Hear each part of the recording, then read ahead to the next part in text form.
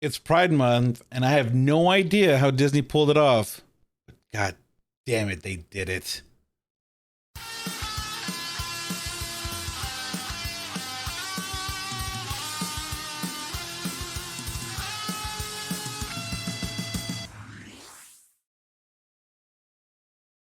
All right. I'm Kitty Man. With me, as always, is Mort and Fought. We're here Hello. today to talk about Cruella. And I'm sorry. I'm sorry, Disney. We were talking shit last week. I was talking shit directly about that clip. I thought it was nonsense. I thought it was ridiculous. I was like, what were they thinking? These people are idiots. And then I watched the whole movie and I'm like, fucking genius. You're brilliant. I don't know how you did it. You made this ridiculous fucking out of context. That scene is still the dumbest thing ever. I think that's almost by design. To get people Like, talking about it. yeah, the scene is so over the top, so ridiculous, and so early on that not only does it get you talking about it when it comes in the trailer, but it also gets you kind of off guard. Like, you kind of let your guard down just a little bit. Like, okay, we got the silly stuff out. Cool. I don't need to, So I they don't can I kind don't of. need to have high hopes for the movie if it starts off like this, but then it just delivers. It just starts fucking like Well, that's the thing. There's a lot of stuff in here that's actually set up really well. They do a really good job of setting the stage for stuff that will come up in the third act, which is all I really ask for in a movie much. Uh, you mean set up and payoff? Hang on. Wait. yeah, Wait. step and Wait. payoff. I Wait. know, You want something that but I'm happens at the start of the film to like impact things that happen like throughout the film and then culminate at the oh my you're asking a lot. You're asking quite a I bit. know, You're I asking know, quite a I bit. know. But beyond just like having setup, because it was so silly to start off with, like I wasn't even paying attention to stuff that was set up. There was setup in that scene. There was a lot set up in that A scene. lot was set up in the scene. Like the whole movie kind of hinges on that scene working and you not paying too much attention to it. Like You, you you, know the necklace is going to come up again, but you don't know the rest of the stuff that's going to be coming down the pipe on it. And I think that that actually works really well. I think before we head into like real spoilers though, uh Spoilers. I guess would you I guess we say out of 10? Like what would you rate this kind of movie? Like where do you have this movie sit for you? Out of 10, Yeah. I might even say as high as an 8. I might say as high as an 8. Okay. Okay. Yeah, I would say I don't know, maybe between 7.5 to 8. Yeah.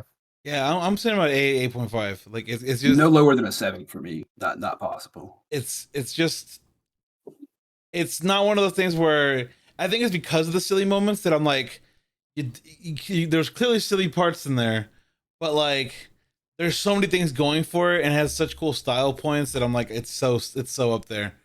And like Right. I might even like it more than the original.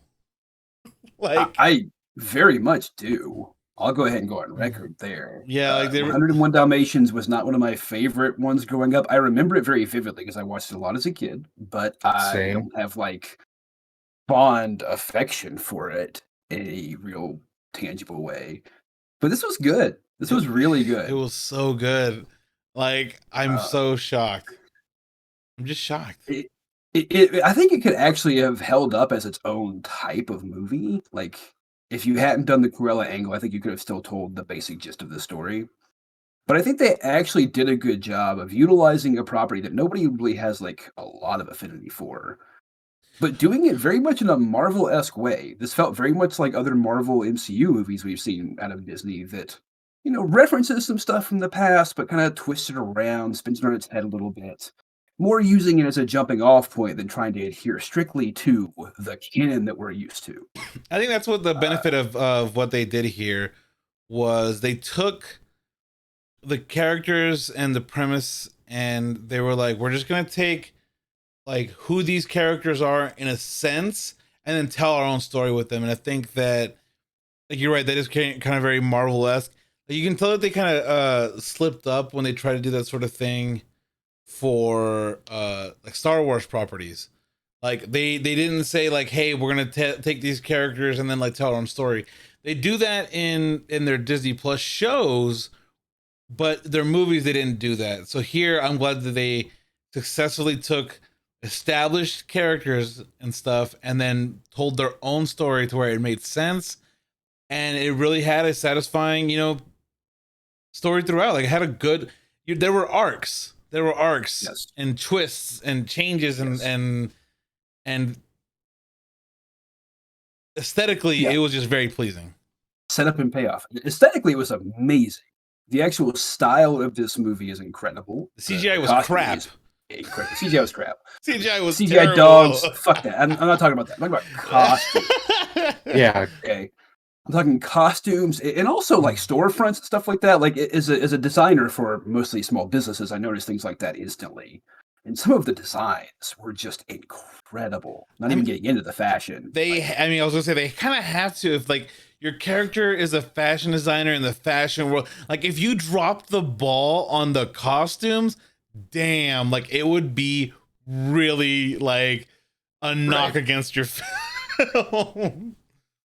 Now, the woman who did the costuming on this movie is not a nobody. Like she's a multiple Oscar nominee. Won the Oscar for Mad Max Fury Road. So not unused to doing big dramatic costumes. And I thought that's where you can really use the Disney budget and suite of tools effectively. The dresses throughout it are incredible. Like they just are. Um, I don't know. Just amazing to me. I really too like the way that they've repurposed the story into a more not necessarily modern setting, but just a different setting. The original novel comes from the 50s, the original movie from the 60s. So the punk rock fashion movement of 1970s Europe is not at all what the original vision was. It couldn't be. Didn't exist then. But it works so well.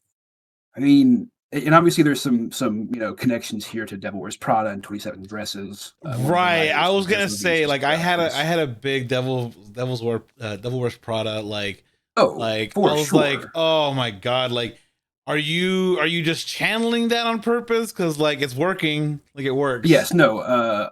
Aline Broche McKenna, one of the three writers who worked on this together, wrote The Devil Wears Prada, 27 Dresses, Crazy Ex-Girlfriend. You can see all of those kind of playing a factor, and it works fantastically. It really was just great. I'm blown away by the style we got out of this movie.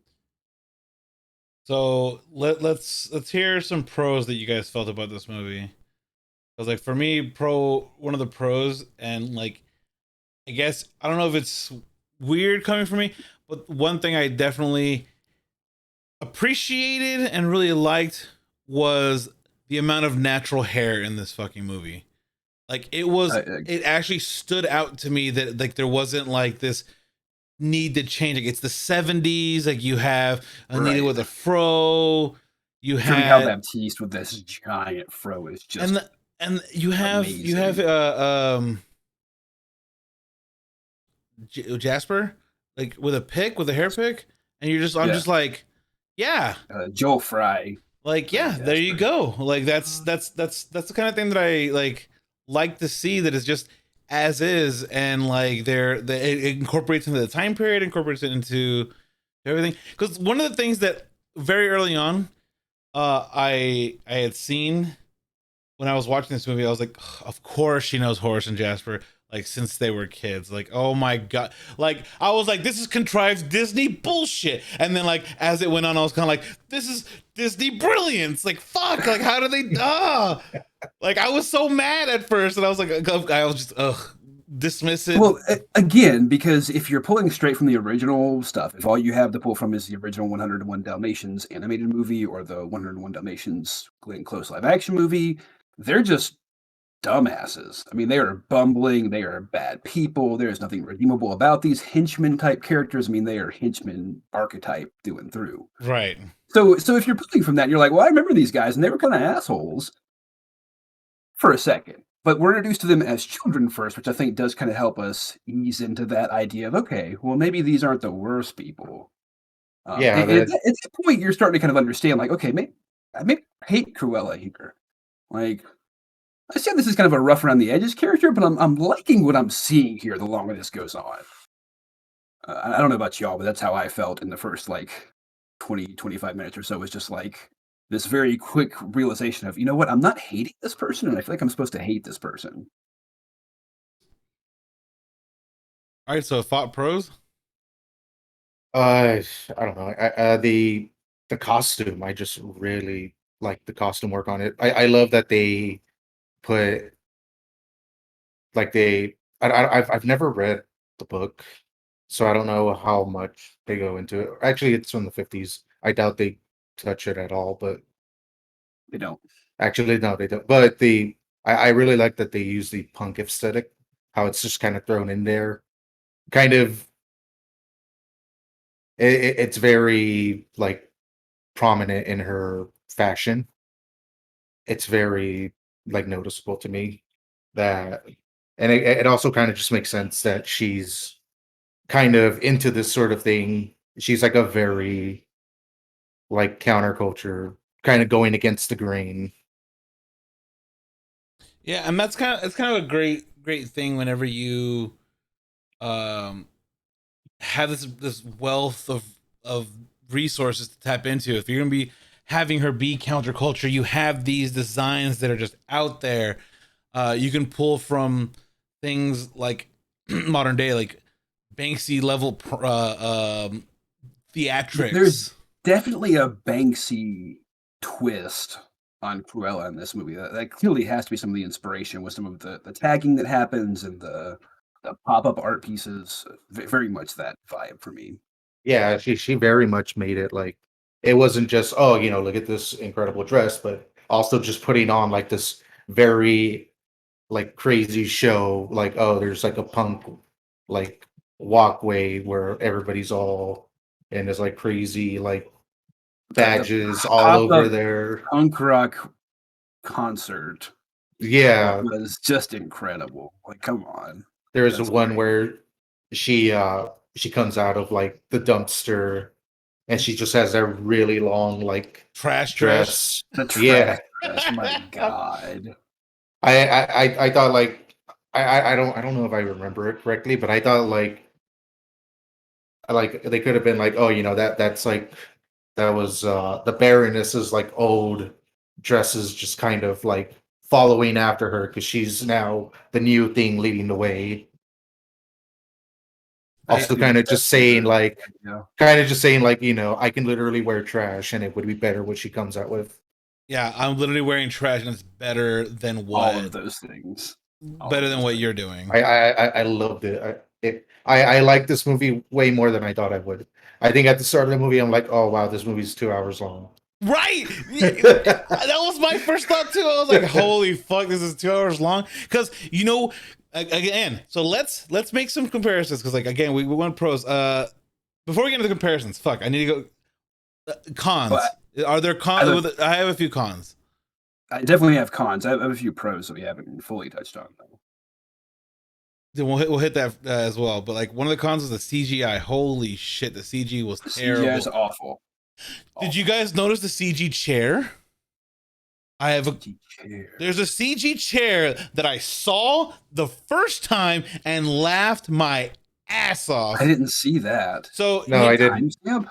okay, near the end of the movie, I should have written down timestamps. Near the end of the movie, uh, Baroness gets fucking mad, and she throws the chair, and it hits the worker. That is the cut from the Baroness, like to nothing, to nobody, to the maid. Again, that's a CG chair, and it looks like it's a balloon. Like it's so fake. There's no weight to it. And I'm like, I get that you're not trying to hurt anybody. Like you don't want to actually throw a chair at somebody. You could actually hurt them. Okay, sure, but you couldn't like maybe throw a chair that maybe like not at her. Maybe don't have it hit her. Do something else. But you did this weird like, the Baroness gets mad, and it's just like it turned into like this weightless fucking. I was like, what the fuck? To be fair, I was too enthralled by that scene. Between her just pulling a Bobby Knight out of nowhere and then the just slow like pan in of you're in the way. You're in the I way. die. I fucking died. I love the Baroness. Emma Thompson, I Emma think, is a Thompson just kills fantastic it. actress anyway. She is just chewing up the scenery in the best way possible. It's a way that Glenn Close did, and I It's think exactly Glenn Close's character it's playing Glenn Close's Cruella character. DeVille. And you're It's- just kind of like, okay, so they got two people to play Cruella. They're like, Emma, you're gonna play Yeah. the standard Cruella, and then other Emma. Fuck. Yeah, Emma, you play Cruella. Old Emma. Oh no. Someone just yells out Emma, and they both go like, "What?" Like, "Oh, my bad. I'm sorry. Hang on." But yeah, it's very much both of them playing Cruella, and I think that is one of the best choices they made throughout the movie. The thing that I was going to acknowledge that we hadn't mentioned is the acting itself. I thought the acting was incredible, pretty much all the way around. I thought both Emmas were great. I thought Joel Fry and Paul Walter Hauser as Jasper and Horace was inspired. Paul Walter Hauser is kind of getting big, but he's always going to be the Juggalo kid from It's Always Sunny to me. Like that's just who he is fundamentally as a person. I guess so. Yes. He's the Juggalo kid from It's Always Sunny. So like every time I see him, I'm like, that's the Juggalo That's kid, the and he's Juggalo got kid. a pretty believable like Cockney British accent. Like he sounds like Dick Van Dyke, but like not in a bad way. Oi! It reminds me of Smee in Hook, Bob Hoskins' performance. That's what it reminds me of. Let me watch the game. But Kirby Hal Baptiste, I thought was awesome. Who I thought was just incredible and does not get enough credit ever. Ooh. Ever. Mark Strong. I don't think Mark Strong ever gets enough credit in anything he's in. I think he's amazing. The kind of the quintessential bad guy who isn't maybe a bad guy.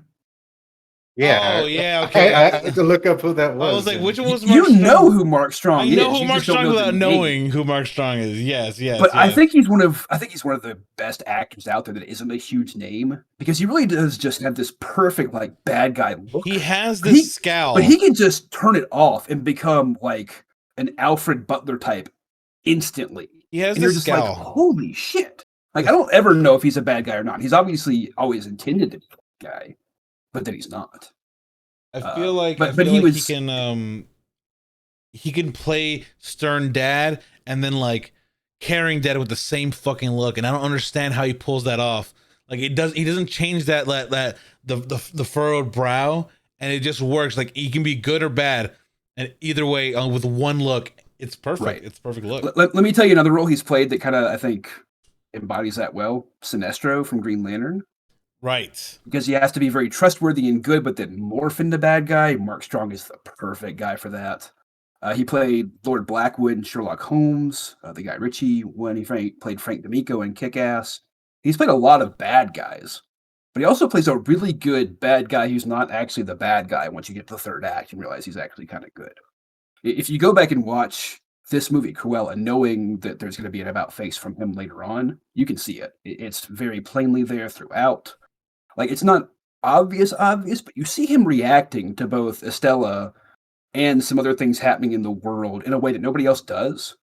And, like, it's subtle, but in the background, he'll be, like, looking around going, like, the fuck? And you can just tell, like, he's not doing this for no reason. Like, this is meant to very clearly tell us that he's understanding. Yeah. As soon as he sees Estella and sees the black and white hair, he goes pale and then covers it up real quick. Yeah, and like you don't think "Oh, really think shit." of that at first, like just he knows who this is. But later on, we find out, oh shit, he knows who this is. It killed two different sudden realization about faces, pit of your stomach dropping out kind of deal in this movie. Just fantastic. The other big pro is that it is a heist movie that actually follows the fucking rules. That was the comparison that I was gonna wait to make. Like, is that we talked about Army of the Dead last week, which was an utter failure of a heist movie, and Terrible this heist movie was like, we're not just gonna have one Inexplicably. heist, we're having two heists. Two heists. We're having a double heist with Flawlessly executed. and they execute the shit out of it, and they have the proper misdirection. They have the according to every rule I laid out last week. you fail, you every have to single improvise. Like you have God to, damn like everyone has their skill. The dogs are involved in the fucking heist. You The somehow have dog! somewhat sentient dogs in a way that doesn't necessarily feel silly. Like, how the fuck are you supposed to pull that off? You made the dogs part of the heist, and they have their own skill sets. Like, Right. They have a role in the They heist. have They the have an role in the archetype heist they that- fit. holy shit! Like, I don't understand. I love Wink. Wink, what a name! What a name for a one-eyed dog! Wink. Oh, And again, that's largely, Paul Hauser doing the heavy lifting on that because he's the one who has to kind of build up this character who's occasionally CGI right. and does a fucking amazing job. Like, I didn't know this going in, but looking back on it now, it's very obvious that Horace and Jasper really do kind of help push the whole movie forward. Like, if they're not as convincing as they are, it doesn't. Right. And they do a really good job, especially on them being kind of stereotypically or kind of counter stereotypical as the henchmen. When she calls them imbeciles at one point, Jasper's like, "The fuck you can't talk to us like that." Like, it isn't like, just we're your bacon. yeah, it's like we're your friends, not your not Lackeys. just like idiots. Yeah, lackeys. I cannot believe how well they did to develop fucking Jasper and Horace. Like, come on. I mean, I like the fact that because again, like they have this setup where the original where it's leading to.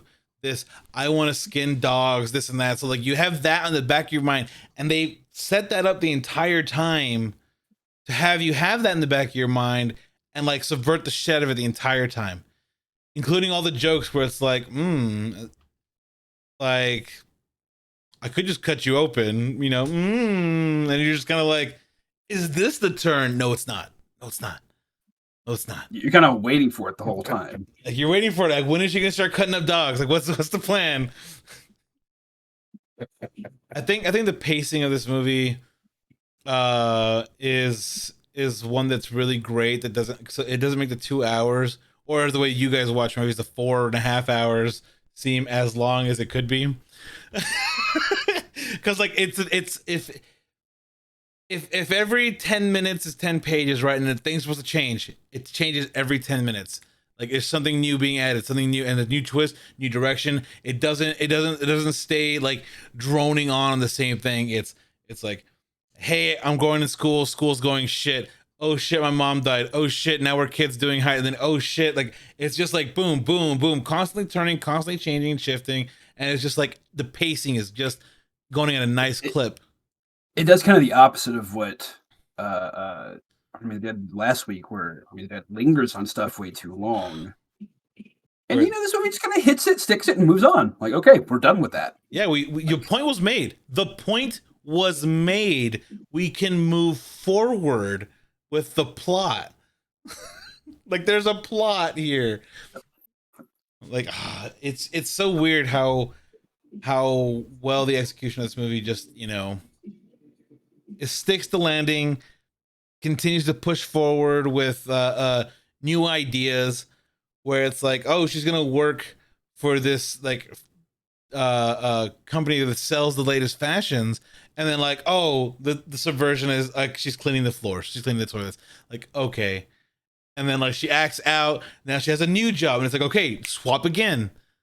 Like it's just like a brilliant pace. And of course they add a character in this movie. Artie, played by John McCrea. I don't know if I'm pronouncing that correctly. I feel like there could have been more there with Artie. Do you feel like there could have been? There could have been so much more. I wonder if there's cut scenes there, because like Artie is an interesting character.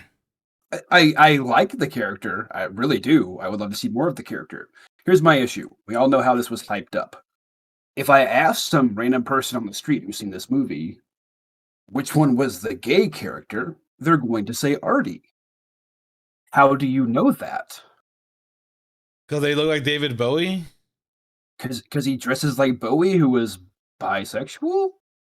Like, do we see the problem here? That's not an openly gay character. That's just a flamboyant character. For all we know, he's got a wife and kids. Like, we got a smidge, like a brushing of, "Oh, I have anything any girl or boy could want." Like, "Thanks. Thanks. I feel included." Yeah, it was a very weird. I mean, again, I love the character, and I was like, God, there could be Yes. so much more here because like Artie is I want a whole Artie sassy. movie. Yeah, I want a sequel where it's just them taking over the fashion industry, like trying to be the outsiders, and they have to fight against the industry insiders, not just the Baroness. Like, okay, you took out you challenged the Baroness, but the Baroness was on the way out anyway, darling. Like, it's kind of one of Right. those things. Like, ooh, and then they have to figure out how to one up the competition, and they got to come up with designs, this and that. I don't know why I want It that. I don't know why I want that, but I want I that. was gonna say, that's the damnedest thing about this whole movie is that when it was over, I actually kinda wanted to see more. Like, I don't find myself feeling that way about movies often. I don't wanna see, like, a direct sequel or anything. I just really liked what I saw. I liked the characters, I liked the style, I liked the direction we got, the cinematography was fine with me. The Like, setting. Oh, this was good. It was just good, and I enjoyed it, and I wouldn't hate to see more. Like, call that the ringing endorsement that it is, I guess. I can't wait for Fought to buy the vinyl of the soundtrack because the soundtrack is fire. Yeah, I could buy it. I would have to look it up. I don't even know if there's a vinyl for it yet. I mean, but the music was just like it's Oh yeah, the choice of music was great. it was of the era, and it fit the. It's one of those things where I would want to call it like it was bordering the Suicide Squad too much intro, right? Where it's like super on the nose, like get it, like we're I could hear Dan Olsen's voice going through my head on half the songs. Like, "Oh, sympathy for the devil." Like, like I okay, get it, yeah, I get it. yeah. Like Still though, these boots were made for walking. Yes, I get it. Yeah, very very on the nose. But again, it cuts off like it doesn't even like linger on it. It doesn't yeah. play the whole song. It doesn't linger on it. Like In some cases, we only got 2 or 3 seconds. Like, good, good. okay. Don't linger too long. Speaking of the music, there were two moments. There are two moments in this movie. Okay. And I don't know how they got it to work where they did it twice. And it's where they have a song playing and then it cuts out. Then something else happens and we're seeing a flashback or something. It happens whenever the first time you see the Baroness use the whistle.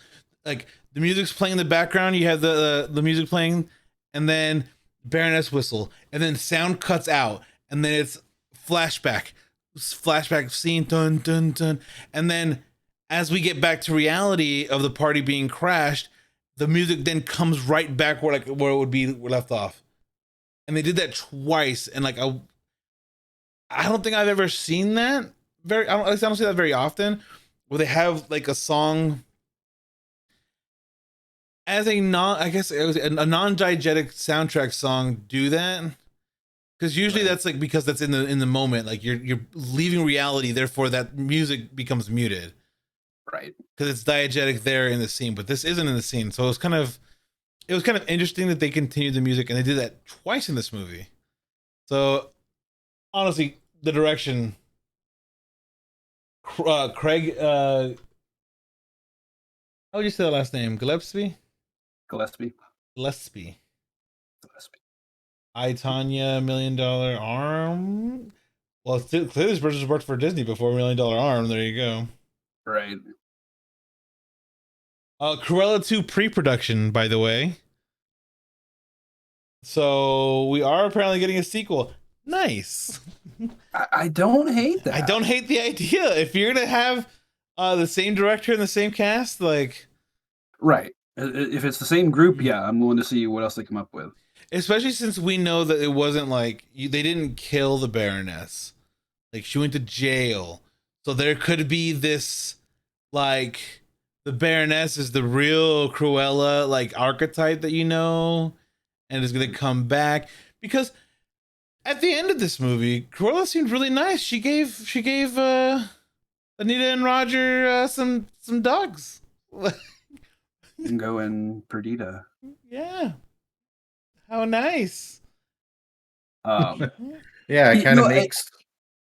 Oh, well, I'm not gonna. I don't know if I should say it. No, go ahead, Fud.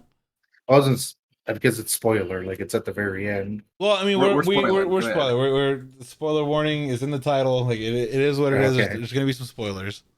I think it's a little weird that Cruella gives, uh, the dogs, and the guy immediately just starts calling like Cruella, like, oh, Cruella Deville, like, starting off that song. There's a And reason though. Like they have that small voiceover where it's like Roger always blamed me for getting fired.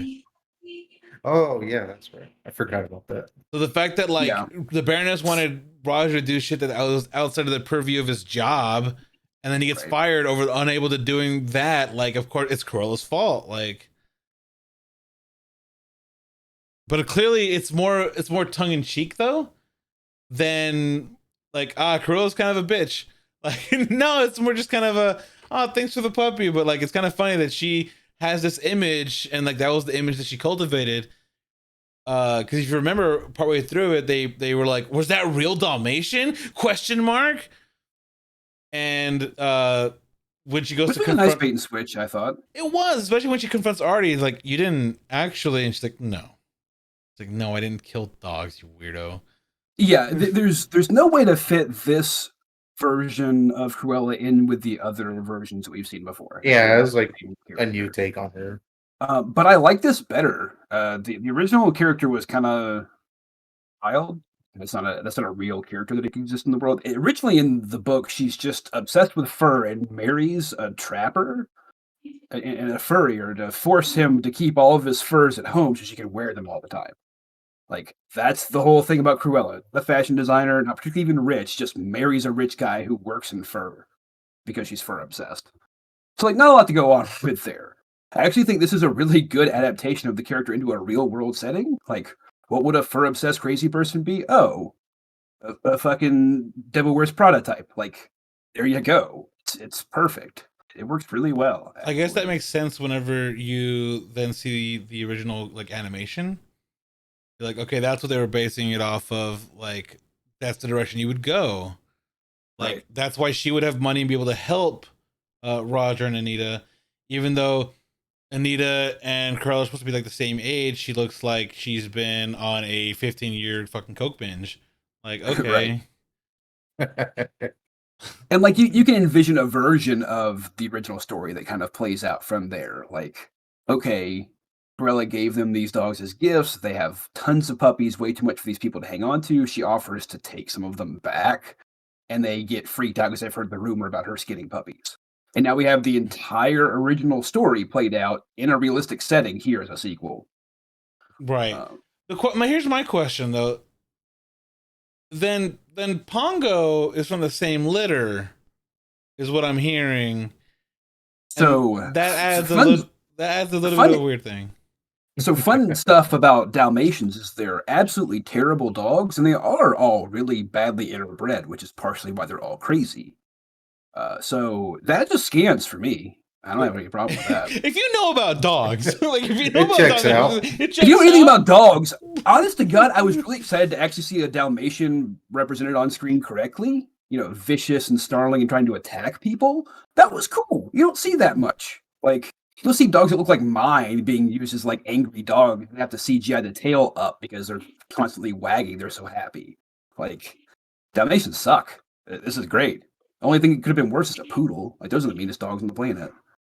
Well, But yeah, that raises a question though, because like one of the great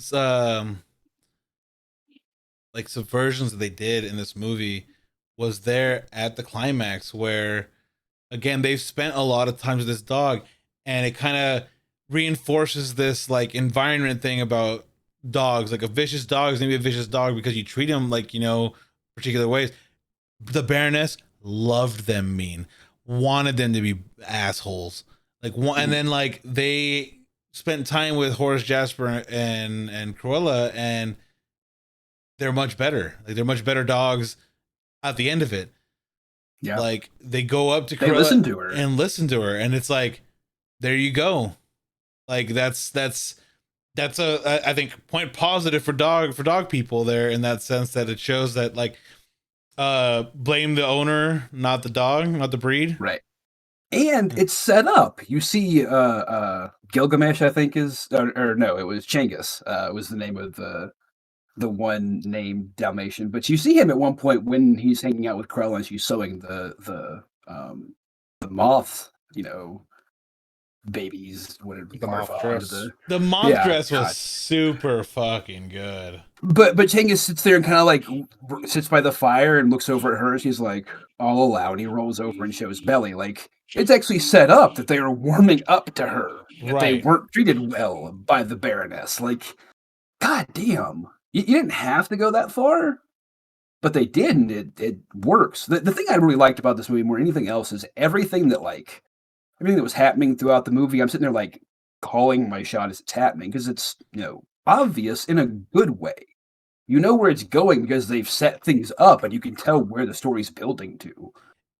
I usually like that. I usually want to see my movies more or less play out the way I expect them to, with like one or two about faces that I wasn't expecting, and that's what we got here.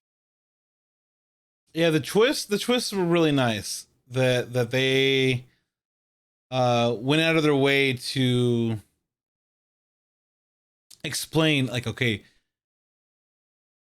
she kills, like, Baroness has killed and killed before. Like, these henchmen, even when she tries to be like, she's got to be a terrible boss, but they're like, this is business as usual. Like, Yeah. this is just how shit gets done around here. Like, And you'll recall that like one of the previous scenes to that was Cruella and Jasper were sitting at a table and her saying, well, maybe we'll have to resort to murder or something. Or Jasper says that as like an offhand like insult, basically, like we can't really do that. And she goes, "We don't really know yet, do we?" Like kind of plays it off like a joke. I mean, it's a clear delineation there. Cruella might joke about it, but she's not going to follow through with it. The Baroness is just going to fucking do it. yeah, she's Not even a second thought. One of the things the Baroness said earlier in the film was like, I've done it before, essentially. Like, like I have taken out competition before. Like, the reason why she was on top of the fashion world is, I believe, she murdered her competition. Yeah. Like, Quite literally. That's literally how it's implied, that she killed other people who were up and coming fashion designers, or she like forced them into subservient, a subservient place in her little fiefdom.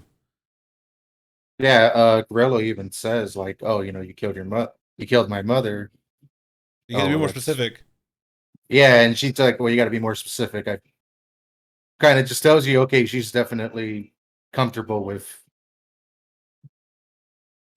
with offing people, and it's big M. Bison energy from.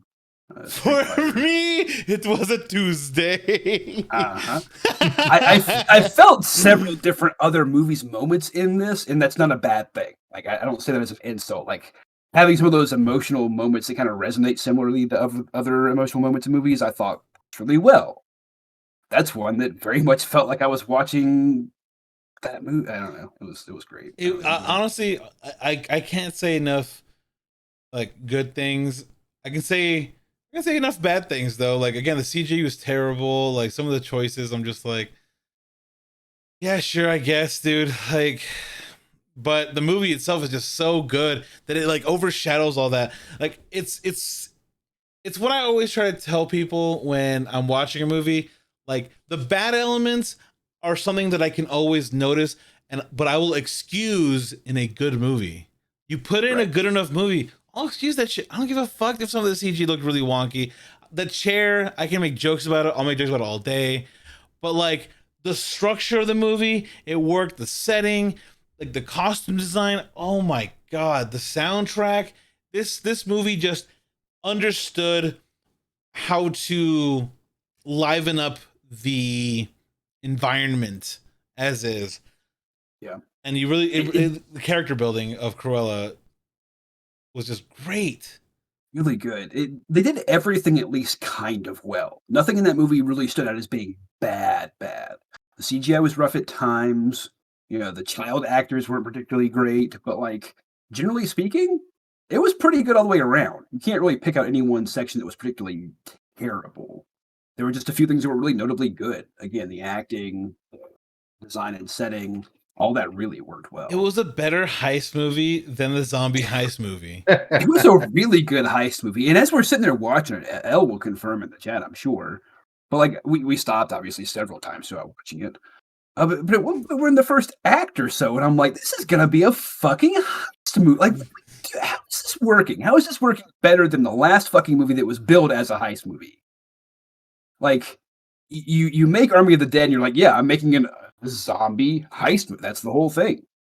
Cool. Didn't nail it. Didn't really do it. Cruella, we're just gonna make a prequel for a villain, whatever. Perfect heist movie. And it's like, what?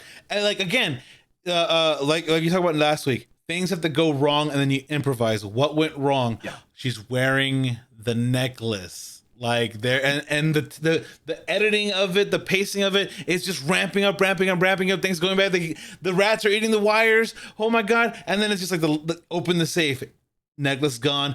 Cut back. She's wearing the necklace, and you're just like, oh fuck! Like what now? And then it's just like, there's Wink, you know, trying to cause a distraction. That doesn't work out either. Like, I'm like, what the Wink fuck is the unsung happening? hero, though. He steps up to the plate like 3 or 4 separate times to do something that nobody else in the group could have done. Like, maybe the most important character of the whole thing is Wink. Wink is MVP. Wink is MVP.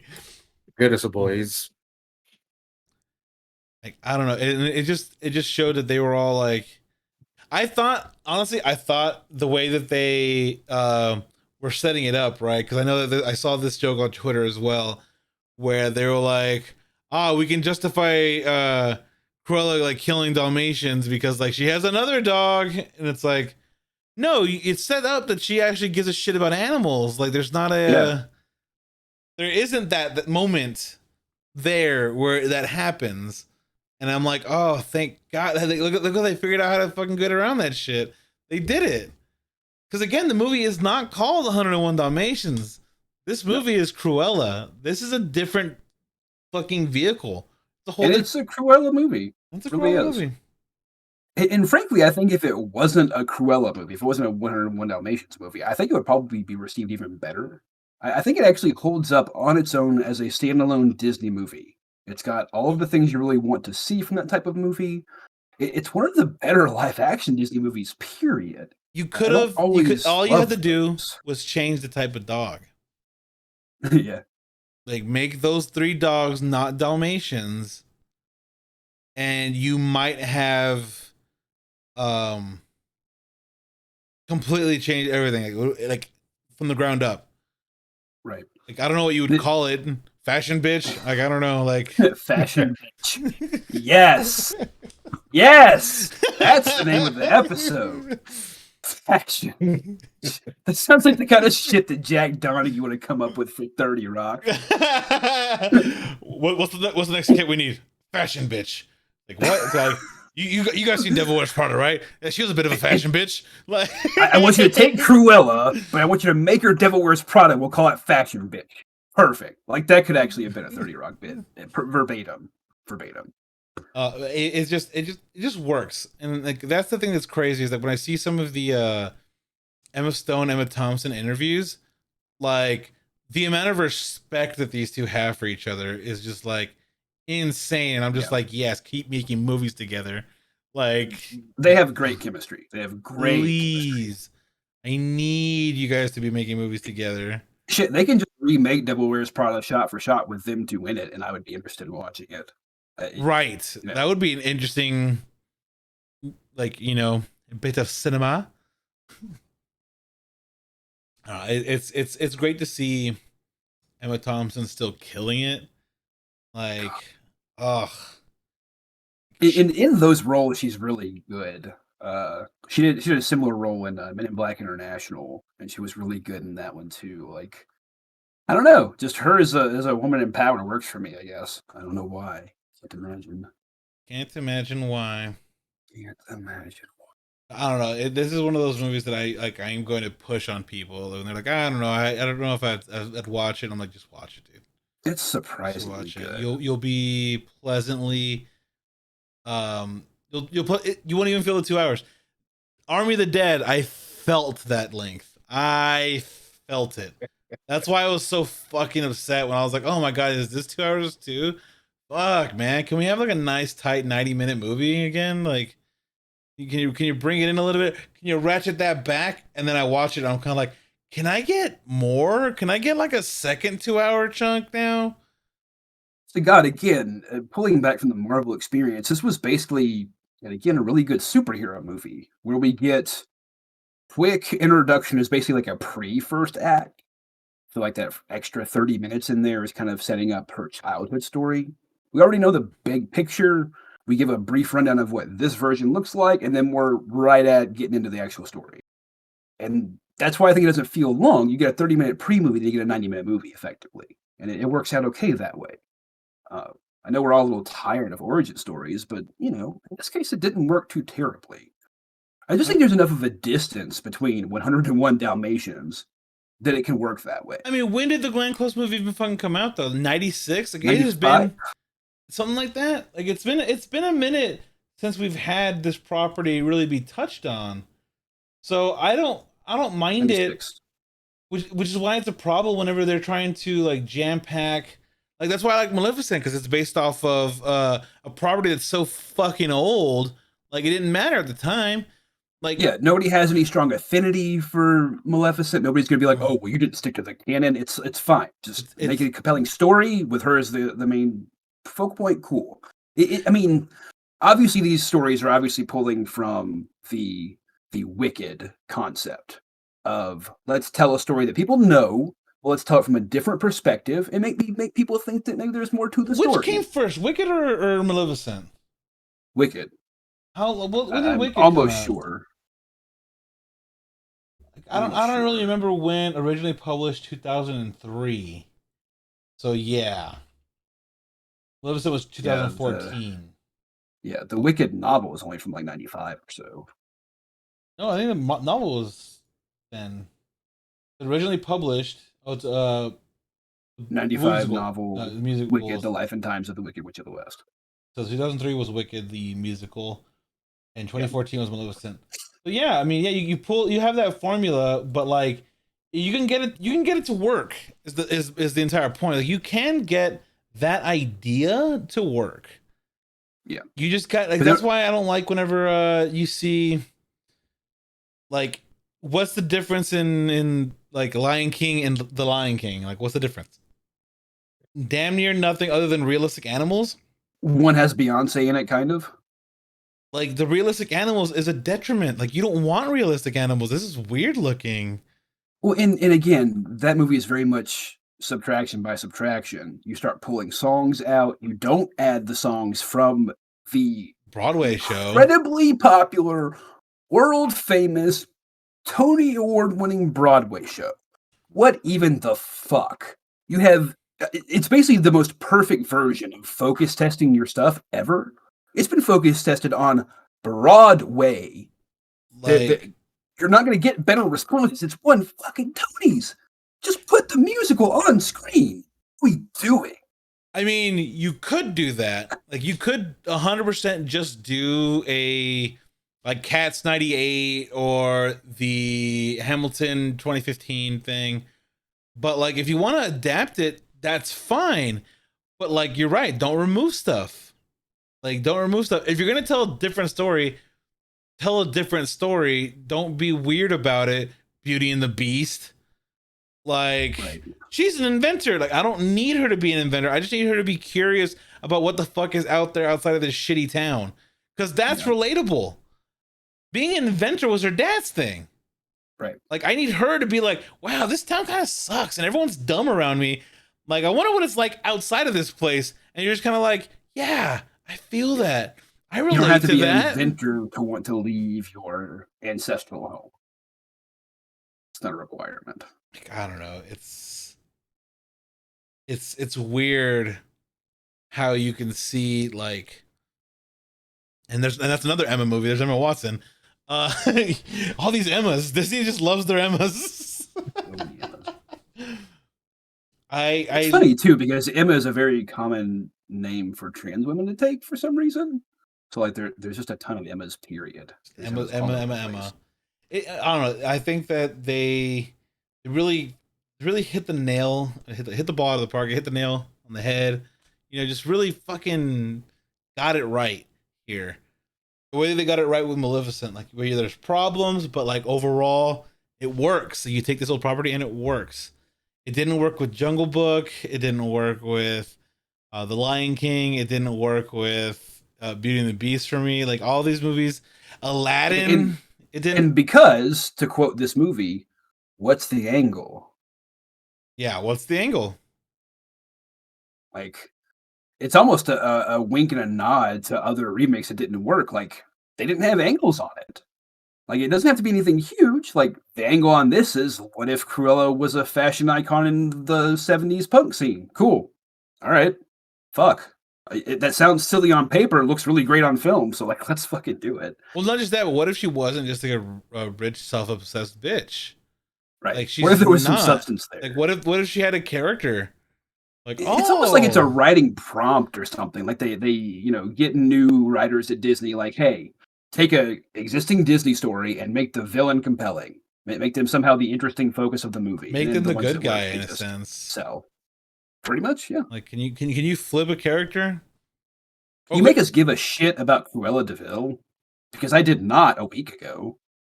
Could you make the good guy in a story be the bad guy, Maleficent? Like, that's kind of what that is. It's not just that, because it's not that Maleficent was bad. It was like her circumstances caused her to react. And depending on whose perspective you're asking about, like, oh, Maleficent's terrible. It's kind of like, no, like, you were terrible to her. And that's what caused that reaction. Like, I don't know. It's interesting to see where, like, some people are just trying to be like, how do we reinvent the wheel when you don't need to? Like, this didn't need like to change up a lot of stuff. It was just a good heist movie, a good movie with dogs. Like, I don't know what to tell you. Like, this wasn't like, oh my god, broke the mold. It followed good molds. Like, it just took good archetypes and fucking put them in place. And not to get too corporate speak on you guys, but there is a touch point here for pretty much any demographic. You can find something here to like. If you're a fashion focused person, there's plenty of that. If you're more into the action kind of things, there's great action scenes, whatever. I mean, there's a lot to this movie. There's plenty for kids to like. There's plenty for adults to like. Obviously, that's a huge focus for Disney movies, is making sure that everybody who comes could be, a part of it. I think it does a good job of hitting all of those, targets dead on. I think it did what it was supposed to do. It's definitely a movie that doesn't have a specific demographic. Right. It's not aimed at the 7 to 15. It's not aimed at the 18 to 35 market. It's not aimed at the like 35 older market. Like, it is just a movie that it has general appeal, but like it can appeal to kids. It's got a bit of there. It's got a bit of for adult. Like, it's just like so good at being just a general movie that doesn't have excessive violence. So right. It's not like, oh, adults. It's not like, got a car chase scene, but nothing crazy. It doesn't like play into like, it's for children. Haha, look at the puppies. Like, no, it's just a genuinely good movie that everyone can totally be, involved in. I really like making Horace hooligan. Like, for like the 2% of the population out there that's just like a curmudgeon-y old like dad type. Like, at least there's this one guy who's just watching football that, man, I can get along with him. We're cool. I thought that was hilarious. Like, that's a little twist that I thought was nice. I like that it shut the Dalmatians up. The fact that the Dalmatians shut up to it is like, oh, I guess there is some good positive points about you. Like, I was like, oh man. Well, and you notice that I didn't catch the team because I'm not super football focused, but Horace's team is obviously black and white colors. He's wearing black and white as part of his hooliganing. I thought that was funny too. You didn't have to do that, but why wouldn't you do that? Of course you're gonna. If you can do it. playing with color throughout and kind of giving the nods and stuff. Oh god, we haven't even talked about the black and white party, which is I think actually my favorite scene in the movie. When they first do the heist, like kind of leading up to it, Cruella coming in that white dress and then doing the whole Hunger Games thing with dropping the match and letting it burn the dress out. And again, you do get that reminiscence of fucking Hunger Games, and you're just like, okay, straight out of it. And I'm like, cool, I don't care. That's awesome. That's awesome. She looks amazing in that dress, both of them really. But the transition of it's incredible. Like, I could just watch the dresses being swapped out for like an hour and be comfortable. It was great. Whoever is responsible for the witty dialogue between the Baroness and Cruella, where it's like, if you have to talk about power, darling, you don't have it. And she's like, yeah, that's why I'm talking about it, because I don't have power. If I have to explain anything to you, like, you know, this, you keep up. I don't have power. I'm here to get you back power. And forth. And like, I think it's funny too, because you see Mark Strong's character kind of pulling out the witty stuff afterwards. Like, I think once he starts to catch on that Cruella might be this kid from way back when, he starts kind of throwing some smart assery in there too. And then looks at Emma Thompson, shoots him when he opens his mouth. Oh my god, it's so funny. I like her. She's like, must be exhausting. And she's like, are you asking my opinion? Like, oh my god. Do I pay you for your opinion? Are you asking for my opinion? Like, it's just good quippy dialogue. It's a good overarching plot. The only thing I found that was like weird, like the whole, it's a devil caw. And I was just like, it's pronounced Deville, mate. And I'm just like, oh my god, like, okay, sure. At least that is kind of in character. He's a hooligan. He's a dummy. Whatever. Again, like, I thought they did a great job of modernizing these characters. You can't just take them straight as is from the Cartoon Network. Just idiot henchmen. We've seen that. It didn't work in the 96 version. But this did. This was really good. It was really good. Then Close worked on the 96 version, but you're right. The actual henchman part of it wasn't really, like, that doesn't make sense. Glenn Close is an executive producer of this one. Get the fuck out of here. 100%. 100%. Yeah, check the credits. She's executive producer. Check the credits, because that's amazing. I like to think that she's effectively just the Cruella, like, liaison. Like, okay, Glenn, what would Cruella do here? What would either of them do, actually? Cruella, Baroness, just tell us what's happened. It's kind of, yeah, because you have to kind of have the, that attitude. I know Emma Thompson has it, but like, could you imagine that collab? Like, Glenn Close is just there talking to Emma Thompson behind the scenes, and they're just kind of like, well, I think it should be just a little more bitchy. And so like, oh, okay, I can be a little sharper there. Like, yeah, there you go. But yeah, it's just amazing that they actually pull that off. Because again, you want to modernize. Like, again, the animation came out in 61, 96. The 90s were weird. All right, I'm just gonna throw it out there. The 90s were fucking weird. Agreed. The Cold War ended. Everyone was bored out of their fucking mind. When Americans don't have somebody to try and fight against to survive, we just do some weird shit. Like, we should not be allowed to be running around on our own. Like, the 90s was like gangsta rap, grunge, and then like halfway through it, it's just like boy bands are back. We're back into the boy bands, I guess. Britney Spears, Mandy Moore as well. Like Macarena. The Macarena was a thing. Like, it's just like everyone was bored out of their mind. Like, again, I think about movies from that era, and I think of things like Reality Bites, where it's like that was the counterculture. Was I'm bored and my dad makes a lot of money, but I don't like him because he's kind of a meanie. And it's like, I don't want to work a corporate job. I want to be creative. And it's like, yeah, sure, I guess, but that's sort of movie just absolutely like. It's tiring. It's tiring in modern day looking back, where you're like, oh, I'm so sorry. Did they offer you a great job and like you could work Monday through Friday 9 to 5? Wow. How terrible for you that you would have to be self-sustaining at a job for only 40 hours a week. Like, I don't know. Like, I guess, dude. Yeah, work for 40 hours a week. I mean, sit in an office for 30 and then do something for 10. And even then, yeah, you see a lot of them talking and like fucking about, like, and it's like, wow, dude, that must be really rough for you. I feel so bad for you. I'm totally relating to this character. It's Like, hard keeping that chair nailed down to the floor. It'd float away without us. It's one of those things where, again, that's what made me so relating to Belle in Beauty and the Beast. She's just like, I'm in this small town, like everyone loves this fucking jock dude. Like I've been reading books about other places. I want to see what the fuck's out there. I want to get the hell out of here. And you're just kind of like, I'm with you there. That sounds great. But I don't know. I wish that, like, it's crazy that Disney pulled it off. I don't get it, because because they've had such a terrible track record. These live action shits have been terrible. Aladdin was not good. Somebody had an idea here. Somebody actually had an idea here, and they actually let them play it out, and it worked. I think that's the thing that needs to stand out, is that there clearly there was a spark of genius happening.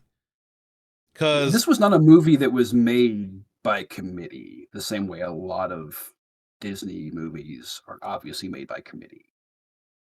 And I think that's what really works for it. You can tell that there are some things in here that are decisions. They made choices. And like that's not a bad thing. Some movies just never make a choice. They just split the difference and never go anywhere. And this one doesn't. This one actually makes some choices that, work. It works. There was a risk there. Because again, it's not talked about as a heist movie, but this is a heist movie. This is a heist movie. And a good one.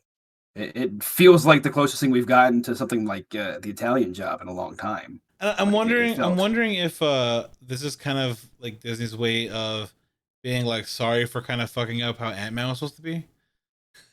Maybe. Like, we know Ant-Man was supposed to be a fucking, heist thing. Like, we just pretend this is Paul Rudd. Same character. You know what? I want to see Paul Rudd with the Cruella hair. Can we get that done somehow? Can we get Paul? I think I can make that work. Honest to God, though, if you told me like 5 years ago or however long ago it was that, like, yeah, you're going to lose Ant-Man, but you're going to get Baby Driver out of it, which is a fun movie. You're going to get Cruella out of it, which you're actually going to like. You're going to like Cruella. You're going to like the gritty, not necessarily gritty, the dirtier reboot of Cruella de Vil. Like, oh, am I? You're gonna really like. I'm gonna like this movie. Are you sure? Mm-hmm. Does it involve Dalmatians? Yes. And you're just kind of like, ugh. I get. We saw again. Like I said it last week. We did it with Glenn Close already. What the fuck? And I saw this, and I'm like, oh. Yeah, this is a superior Cruella de Vil. This is a better movie. This is a better movie. It is. Yeah. This is a good movie. I want to go as far as say it's a good movie. It's a movie that doesn't require you to have previous like attachments to anything. No, like if you don't remember anything from the original, you'll be fine. If you remember a little bit from the original, you'll be really fine. Like I didn't remember who the fuck Roger was until the very end when he started singing the song, and it clicked for me. And I'm like, oh, yeah, same. That dude, Roger. Like that one, I thought it was just that was just a fun little Easter egg. Yeah, because his name's Roger. It's boring. Like I knew Anita Darling. Like that one stands out. But like Roger, okay, cool. I forgot his name was fucking Roger. But that that's just enough of a little hook there at the end. There, like I really wouldn't hate to see this continue. I wouldn't hate to see Kirby Howell Baptiste come back. I wouldn't hate to see some of these people again. I'd like to see them flesh out Artie and flesh out the design like aspect of it, because like clearly I want a whole Artie series. Yeah, like can we get the mini? If Army of the Dead is gonna give that fucking safecracker a goddamn fucking his own property, can we get Artie a property, please? What the fuck is happening? You're not wrong. Like, see, now let's go back to last week, right? Where I was like, why the fuck would you give that little shit his own? Oh, I don't know, because like he likes Sace and shit. Like, there's not enough there. There's not enough there. But if you were to tell me, oh, Fashion Week with Artie, like, okay, yeah, no, I'm in. Like, I would like to see that. Like, I'm interested to see what this like David Bowie inspired like thrift shop owner like is gonna fucking do. Like, I'm in. Yeah. like especially with the backing of a fashion mogul like Cruella is becoming. Like, there you go. Let's see the trials and tribulations of the fashion world. Let's go. Of the late 70s, early 80s, when that transition happened, like where fashion shifted. I don't know. There's a lot to play with here, and I am excited to see where it goes. Yeah. I still find it weird they did a Marvel mid-credit scene. It's still really weird to me. Yeah. Like, I was like, Again, okay. they have figured out what the formula is. This makes me more sure than anything else, because again, you could see the fingerprints of the Marvel formula on this. You see how they kind of pulled from an existing property, but didn't do it too directly, gave their own spin on it, but give you enough things to reference. Do you feel like you're remembering things, and that's exciting?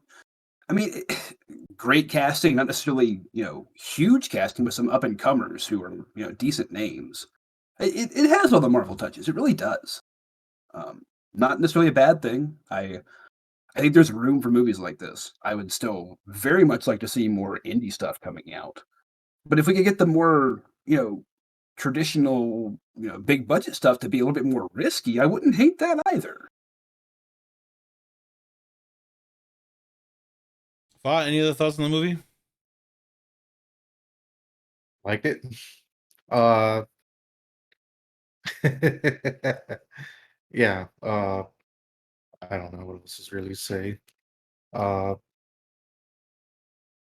yeah. Well, all right. Yeah. I think safe to say that we all really liked the movie. Can't wait to see more. I just don't know how the fuck they pulled it off. I'm telling you, some people just can do it if they're given the opportunity. You let Emma Stone go out there and just chew up some scenery. Good, perfect. Emma Yeah, the Thompson casting, can be really. other. Let her just be controlling and strong. I'm in. Like it just works. Now, if we could just digitally insert Tig Notaro, I would be thrilled. Can we put Tig in there somehow? I think we can make it work. Just Ripper from Army of the Dead, the same character into The same Cruella. character. We need a helicopter guy. We for need a this helicopter dog eyes. pilot. Oh fuck! Yeah, they Too could many change dogs? it. I'm in. At the end, when she We- falls off the cliff.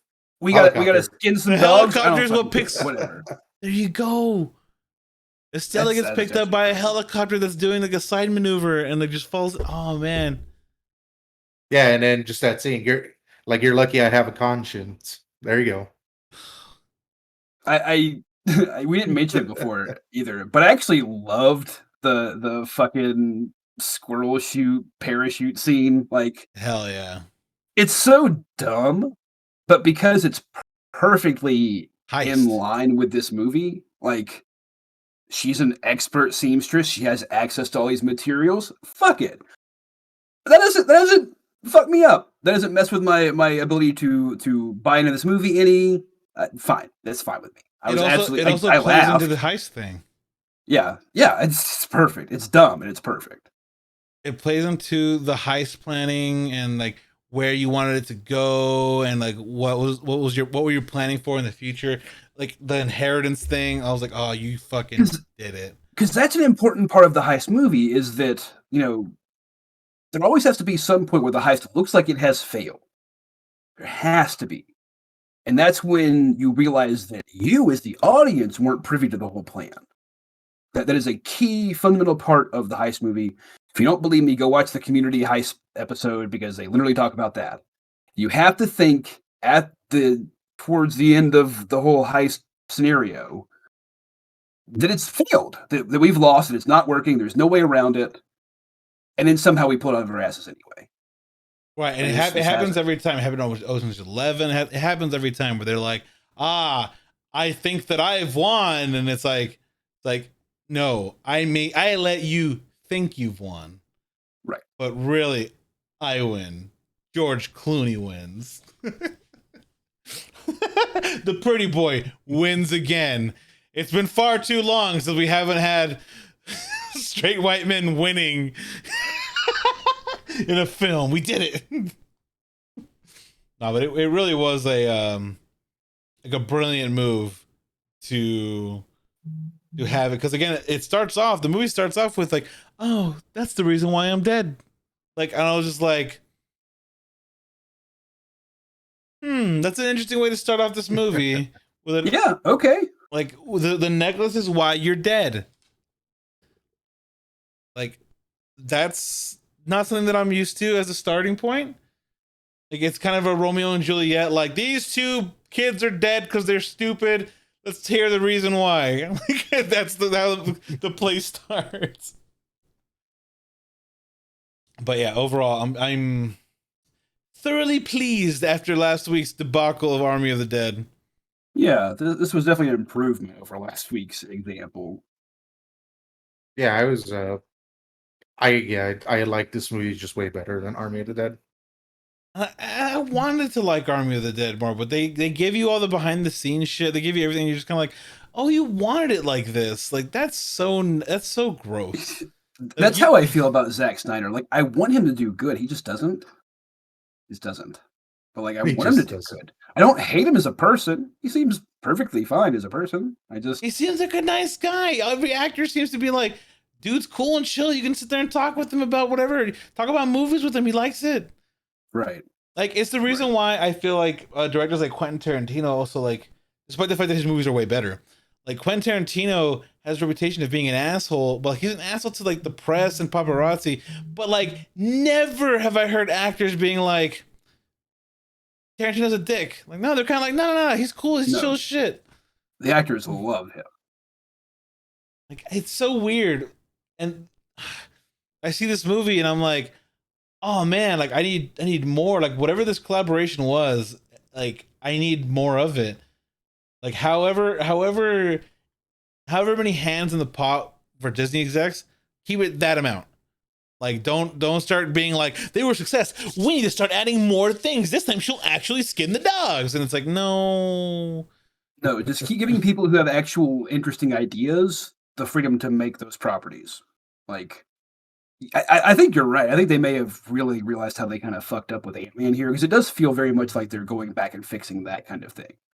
Like, we had a director who's very stylistic and wanted to do his own thing, and we said no, and then nobody gave a shit about the movie. Like, it was fine. Nobody cared too much, though. it's So let's not. it's the reason why the news that's coming out of Doctor Strange 2 and the Multitude of Madness, or the Multiverse of Madness, whatever the fuck, like, Right. the director left, and it's apparently over creative differences, and also he wanted to make another movie. So like, he got pushed a little bit and was like, I'm just gonna go make the movie I wanted to make with my friend.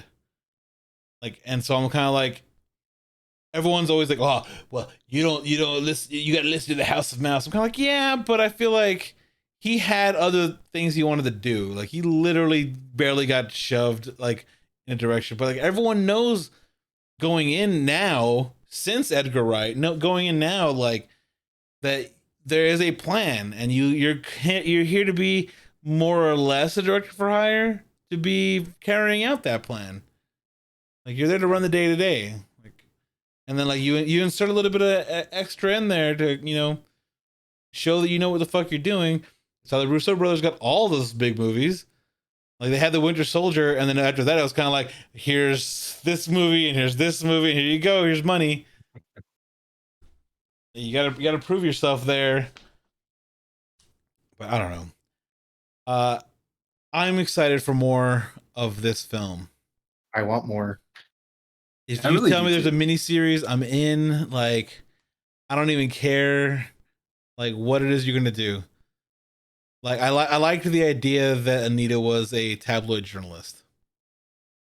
Like, it works. It works. Yeah, Roger was a lawyer. Roger was a lawyer. Explains why he had all those books.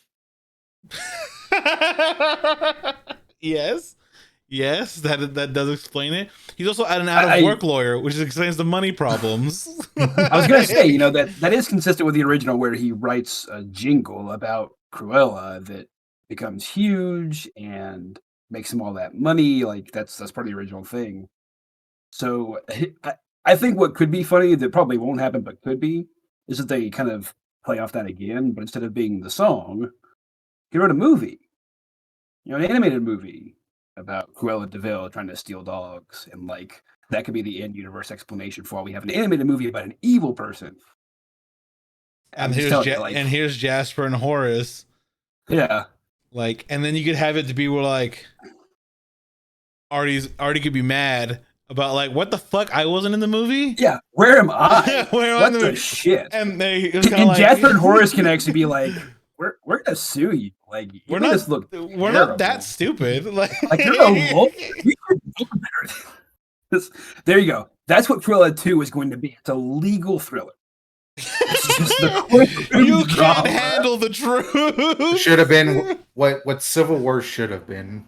A legal thriller that the Civil War should have been. Oh no, dude! I'm still demanding my legal drama between She-Hulk and Daredevil. Like, See, I but don't care if it's a different. movie, a show. I want I want that so bad. Oh, I mean, I'll play She-Hulk. I'll do it. That might be Let's She-Hulk. go. I would like. I think it should be. I think it would be good way to reintroduce Matt Murdock. Yeah.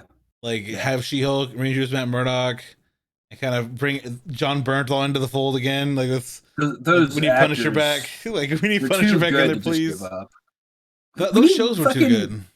We need Kingpin back. Like Vincent D'Onofrio is incredible. You don't want to waste that talent. You've got him. He's still alive in the canon. Let's go. He's still alive in the canon. He's still alive as a person. Still wants to do it. Still wants to do it. Still passionate. Like, and he just killed that performance. Like, you can't, like, I don't know. And that's what we need. We need Horace and Jasper to kill someone with a car door. And there we go. There, Cruella 2, the grittier version. Just starts beating up. As long as Horace has the face paint, it'll be fine with me. Oi! You watched the match last night. Oi! See a little footy on the telly. Little footy. Did you catch that ludicrous display last night? I think it's strange just to go back to the movie. They just had a metal detector to check the poop, and I'm like, okay, sure, dude. Like, this is the point. This isn't modern day where everyone's picking up dog shits, and you're just like, all right, moving on. I was like, oh, I guess that's right. They wouldn't have like baggies with them to just be like, pick it up and know that there's metal. Because you could tell. I think you could tell if a necklace. You would notice if a dog shit out a diamond as big as an eyeball, or not diamond, but ruby or whatever. Whatever the gem was. Unobtainium. I like how Mark Strong's character was like, it's been thoroughly bleached. Mark Strong, I'm telling you, is one of my favorite actors. Didn't he find it in the poop? In the middle of a burning fire? In the middle of the burning fire. That's what Cruella sees as she's passing out, is him bending over and picking shit up off the floor to be like, huh. And then he rescues her and the dog. I'm telling you.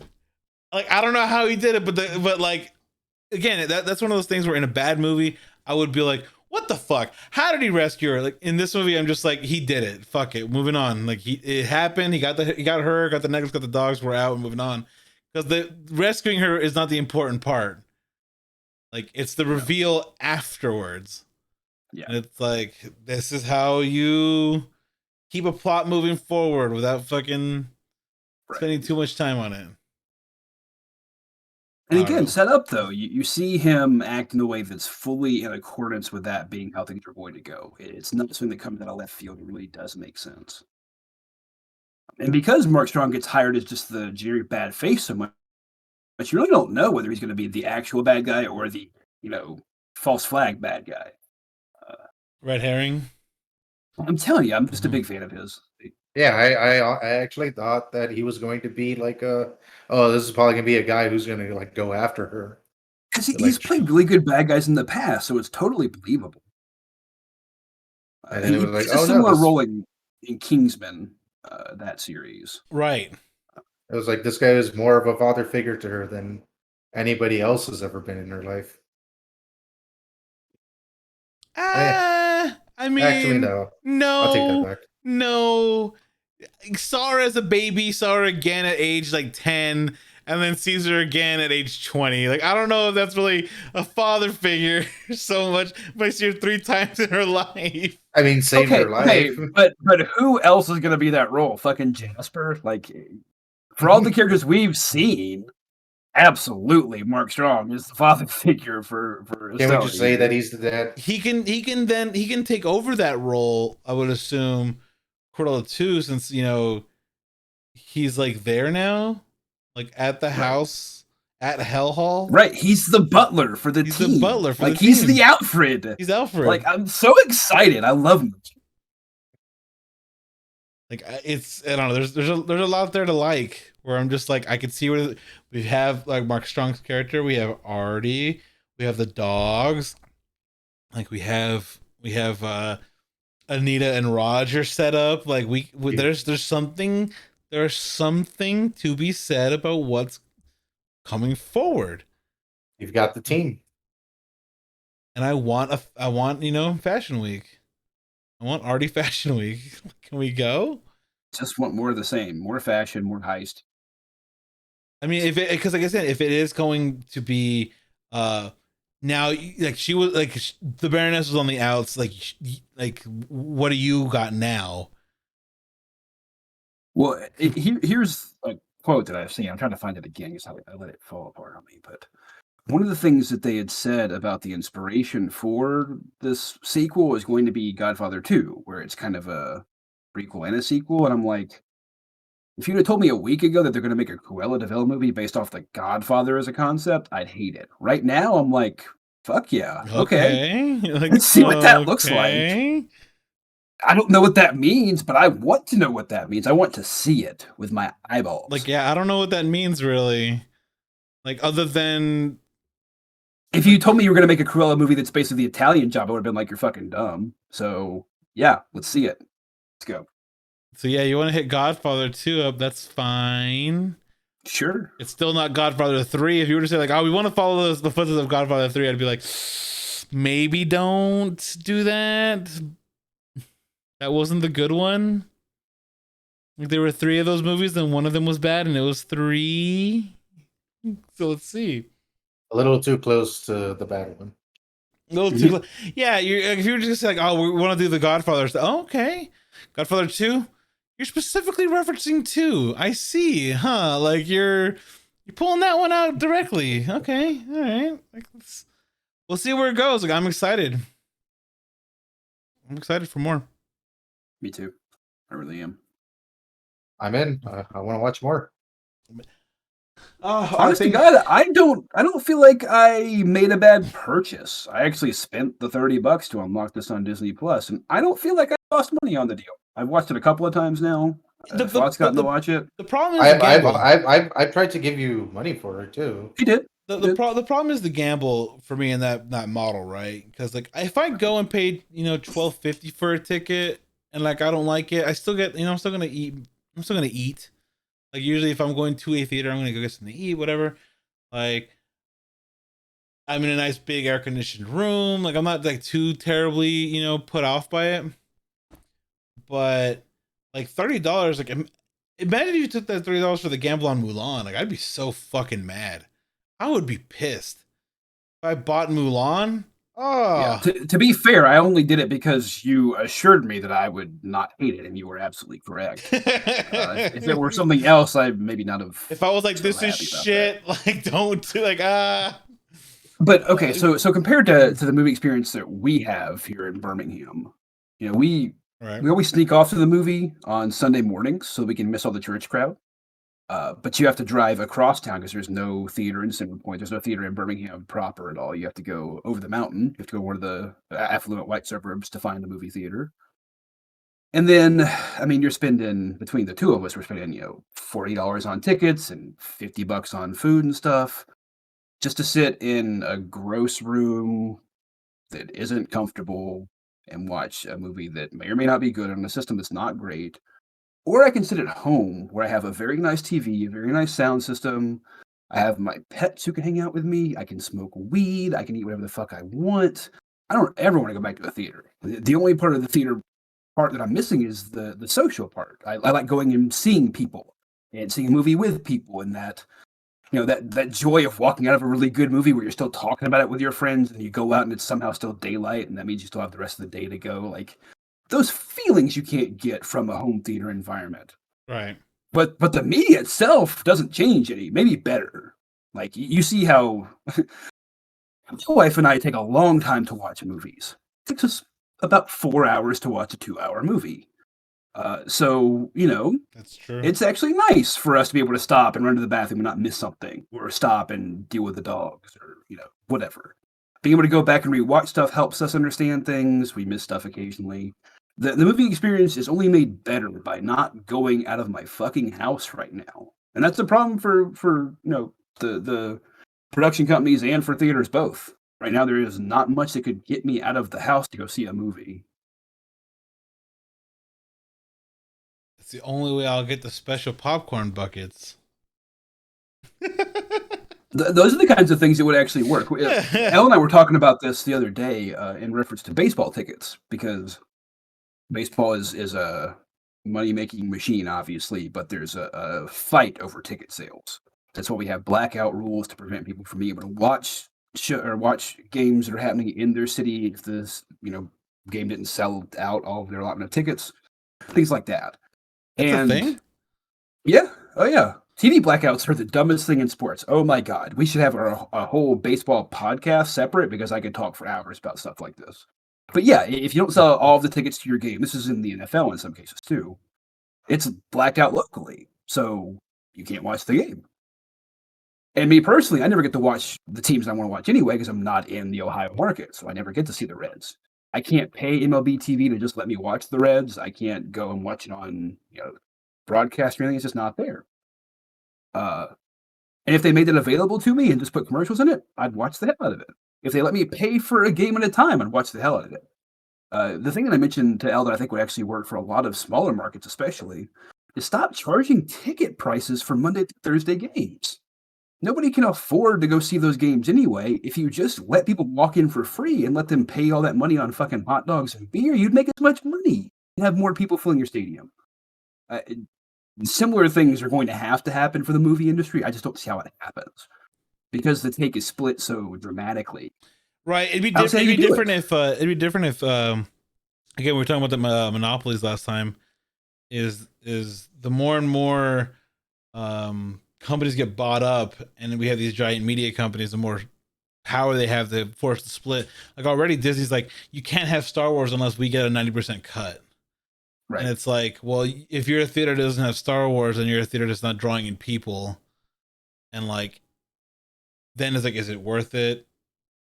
Like, it's just yeah, it's a bit of a conundrum for theaters overall, like on how you get people back in the seats, and then also how do you not get absolutely wrecked by theaters, movie companies like absolutely taking every bit of profit, because then all that you have to turn around and do then is you have to turn around and make concessions even more expensive, because you're not making money off the movie itself, and it's like, which incentivizes people not to want to go. Again, people don't want to go concessions at home. Yeah. Right. It just becomes a recursive issue. Yeah, like I said, they have to change the entire paradigm, and I don't know how you do that. Well, I thought that was funny when HBO was trying to do that. Like, we're going to release a movie a week, both in theaters and at home, and it's like, now they're being sold to Discovery. Right.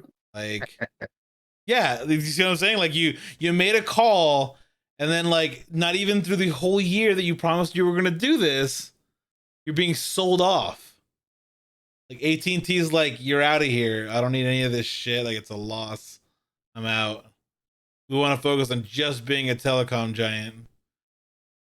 It's like, well, there it is. Like, that's a really harsh reality of how that works. And part of me is kind of like, is this the fault of the Snyder Cut? Like, is this you throwing that money away? Maybe. Genuine conversation to be had there. Like all these hit pieces on WB, like, oh, why Warner Brothers wouldn't work with me on this or that? They wouldn't want me to make my 2 Justice League movies. They didn't want me. It's like, there's a lot of WB slander happening around here. Like, then they get sold off, and I'm wondering if that was a deliberate attempt to like lower the price of WB's acquisition. I don't know. I was like, Could be. Like, where's my tinfoil hat? Like, I need to start making some predictions. Overall, I think that I want to see where some of these movies are going. If they're going to be actually creative, like I liked this movie. Like let's have it, but let's actually throw real chairs, please. Can we not? And let's actually put real gay people in. Like, God damn it! Like, how many first gay characters? This wasn't. I don't think Cruella was hyped up the same way as the other fucking movies. He was explicitly supposed to be gay. Explicitly. I'm gonna have to, and he's not explicitly gay. I'm gonna have to like look that up because like I know that was a huge push in Beauty and the Beast. That was huge in like Pixar's Outward. Like that was such a like they were like, oh my god, gotta hype it the fuck up. Like and I don't remember this being as hyped up in the same way. You just don't remember. I guess Cruella star John McCrea opens up about playing gay in Disney film for Pride magazine about a week and a half ago.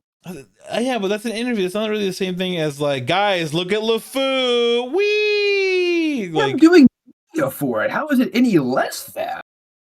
He's not doing media for free. Wouldn't you? GOP politician, gay character in Cruella ruined my childhood. That's actually pretty great. That's actually wait. Say that again. Say that. GOP politician says gay character in Cruella ruined my childhood. It's not even a character from the childhood era. What the fuck? It's a new character. Here's the exact quote: "The new Disney Cruella with Emma Stone just ruined my childhood with an openly flamboyant gay in the movie. Disney persists shoving the LGBT agenda down our throat." And then apparently John Stamos replied to that person saying, if that ruined your childhood, I hope you didn't watch Full House. 3 single men living under one roof raising kids in San Francisco. In fact, say that.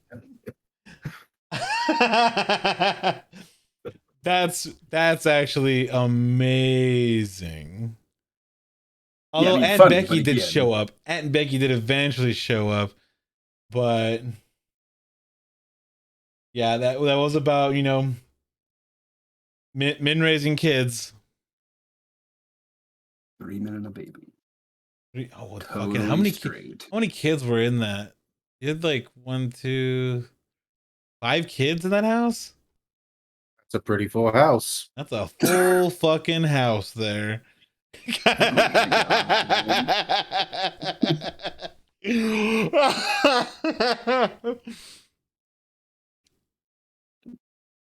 I don't get paid enough for this shit. And on that note, I think that we're gonna wrap it up for this week. We had a pretty great time with Cruella, and I'm hoping to see more.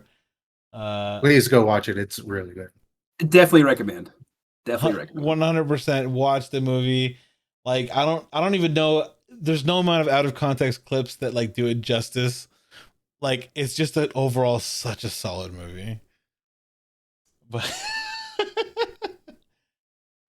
and so again, do all the social media stuff. Give us a like, follow on Twitter, Instagram, Twitch, YouTube, subscribe. You know the things. You can find us everywhere. The links are everywhere. The links are down below.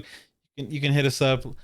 Let us know if you thought we were off the mark, correct or not. I've been told that a lot of our stuff is about 70% off the mark a lot of the time, and I'm like, that's a pretty big percentage, and I'm like, I'll take that. 70%. I'll take that. All right. Well, was this because of Mortal Kombat? I don't know, but I wouldn't be surprised if it was from Mortal Kombat. I imagine it's because we generally like things. I hate a lot of things. The cool thing now is to hate everything, and like, I hate most of what I watch. If I hated what I watch, I'd probably stop watching it. Yeah, screw you guys. I like Mortal Kombat. I'm gonna change it from a 6 to a 7. There you go. Like hot take. Like, you know what I hated, guys? I hated the. You want to hate me for an opinion? Hate me for hating The Boys. I hate it. And I love You guys it. can cancel me for that. All right, well, Invincible is so much better. again. I'm kidding, man. This is Mort, and of course, fought down below in the corner. Thanks, everybody. See you again next week. Bye.